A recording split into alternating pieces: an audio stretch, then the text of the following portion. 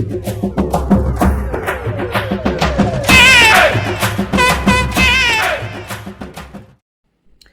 Friends, good morning. இன்றைக்கி நம்ம எப்படி பழுது செய்யணும் அப்படின்றத பார்க்க போகிறோம். பழுது ரொம்ப ஈஸி. முதல் நாள் வடித்த சாதம் கொஞ்சம் தண்ணி ஊற்றி நைட்டோட நைட்டாக நம்ம வெளியில் எடுத்து வச்சிடணும். அடுத்த நாள் காலையில் நீங்கள் அதை எடுத்து பார்த்தீங்கன்னா கொஞ்சம் ஃபர்மெண்ட் ஆகிருக்கும். இதுதான் பழுது. ஸோ நீங்கள் இதில் என்ன பண்ணணும் அப்படின்னா முதல்ல கொஞ்சம் இதை எடுத்து கொஞ்சம் ஒரு ஸ்பூன் உப்பு கொஞ்சம் போட்டுக்கலாம். இப்போ இதில் நான் ஒரு 2 சின்ன ஸ்பூன் உப்பு போடுறேன்.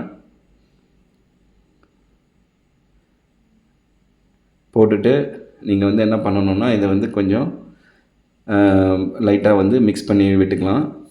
அதுக்கப்புறம் என்ன பண்ணணும், இது ஒரு ஹெல்த்தியான ஒரு ஃபுட்டு. ஸோ நீங்கள் மிக்ஸ் பண்ணி விட்டதுக்கப்புறம் கொஞ்சம் கேர்டு எடுத்துக்கலாம். நான் ஹட்சன் கேர்டு வாங்கினேன் இன்றைக்கி காலையில். ஸோ இந்த கேர்டையும் நீங்கள் யூஸ் பண்ணிக்கலாம். ஒரு 2 ஸ்கூப் போட்டால் போதும் இந்த கேர்டு. ஏன்னா நீங்கள் இந்த கேர்டை வச்சே நீங்கள் அடுத்த பேட்ச் கேர்டை நீங்கள் துவச்சி வச்சுக்கலாம். புதுசாக ஒரு தடவை வாங்கணும்னு அவசியம் இல்லை. ஸோ இப்போ நான் என்ன பண்ணுறேன் அப்படின்னா, இந்த கேர்டை ஓப்பன் பண்ணி இதிலிருந்து ஒரு 2 ஸ்பூன் கேர்டை எடுத்து இந்த பழ சாதத்தில் போடுறேன். நீங்கள் ஒரு 2 ஸ்பூன் கேர்டை எடுத்து நம்ம உப்பு போட்டு மிக்ஸ் பண்ணி வச்சுருக்கிற அந்த பழத்தில் போட்டுக்கலாம். அந்த வேவ் வாட்டரையும் சேர்த்துக்குங்க. அதுலேயும் நிறைய ப்ரோபயோட்டிக்ஸ் இருக்குது. எஸ்பெஷலி லாக்டோபெசிலஸ் பாக்டீரியம் உங்களுக்கு இந்த இது கிடைக்கும். இது ரொம்ப நல்லது கட் ஹெல்த்துக்கு.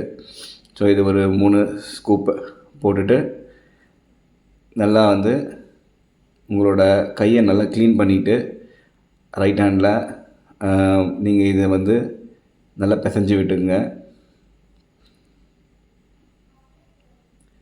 ஸோ நல்லா பிசைஞ்சதுக்கப்புறம் அது நல்லா மிக்ஸ் ஆகிடும். மிக்ஸ் ஆனதுக்கப்புறம் இதோட டேஸ்ட் ரொம்ப சூப்பராக இருக்கும்.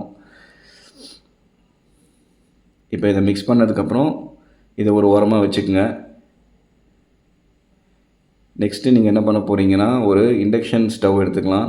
நான் என் ஒய்ஃபை மார்னிங் குக்கிங்கில் டிஸ்டர்ப் பண்ணாமல் இருக்கிறதுக்காக நான் தனியாக ஒரு இண்டக்ஷன் ஸ்டவ் வச்சுருக்கேன். ஸோ இதில் கொஞ்சம் ஆயில் ஊற்றிட்டு ஸ்டிர் ஃப்ரை மோடில் போட்டுட்டிங்கன்னா உங்களுக்கு இமீடியட்டாக அது இந்த ஸ்மால் பேன் ஹீட் ஆகிடும். அது ஹீட் ஆனதுக்கப்புறம் நீங்கள் இதில் ஆயில் சேர்த்துக்கலாம். ஆயில் ஜஸ்ட் ஒரு 1 ஸ்பூன் 1.5 ஸ்பூன்ஸ் போட்டால் போதும். ஏன்னா நீங்கள் நிறைய யூஸ் பண்ணிங்க அப்படின்னா உங்களால் டீப் ஃப்ரை பண்ண முடியும்.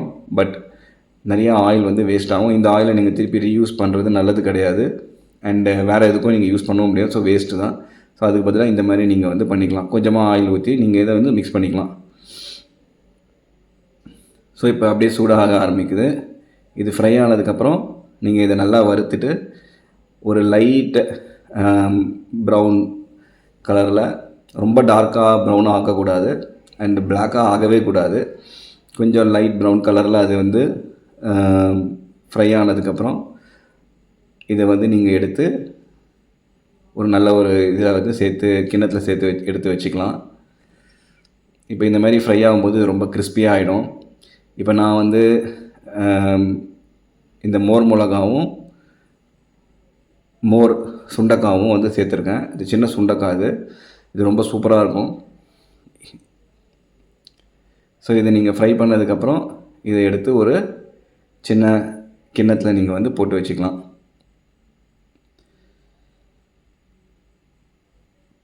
ஸோ இந்த கிண்ணத்தில் நீங்கள் போட்டதுக்கப்புறம் இப்போ இது ரெடி. ஸோ அவ்வளோதான், இந்த ப்ரிப்ரேஷன் ஓவர். ஸோ நீங்கள் எல்லாத்தையும் எடுத்து வச்சிடலாம். இப்போ நம்ம பழத்தை சாப்பிட்லாம். ஸோ நம்ம என்ன பண்ணணும்னா, நம்ம மிக்ஸ் பண்ணி வச்சுருக்கிற பழத்தோட லைட்டாக கையை வச்சு மிக்ஸ் பண்ணிவிட்டு இதிலேருந்து நீங்கள் ஒரு இது எடுத்துக்கிட்டு பழது கொஞ்சம் எடுத்துகிட்டு அப்படியே சாப்பிட வேண்டியது தான்.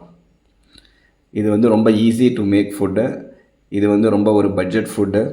இது ஒன்றுமே காஸ்ட்டு கிடையாது. இந்த மோர் மிளகா நீங்கள் வீட்டிலே பண்ணிக்கலாம். அண்ட் அது இல்லாமல் இந்த பழது வேஸ்ட் பண்ணுறதோட நீங்கள் இந்த மாதிரி சாப்பிட்டிங்கன்னா இது உடம்புக்கும் ரொம்ப ரொம்ப நல்லது. மார்னிங் டைமில் இது நீங்கள் சாப்பிட்டிங்கன்னா உங்களுக்கு கரெக்டாக பசி எடுக்கிறதுன்றது கரெக்டாக இருக்கும். அண்டு ரொம்ப ஃபில்லிங்காக இருக்கும். நீங்கள் சாப்பிட்டுட்டு ஆஃபீஸ் போய் ஒர்க் பண்ணிங்கனாலும் உங்களுக்கு வந்து இந்த யூஷுவலாக தயிர் சாதம் சாப்பிட்டா தூக்கம் வருது அப்படின்னு சொல்லுவாங்க. அந்த மாதிரிலாம் எதுவுமே இருக்காது.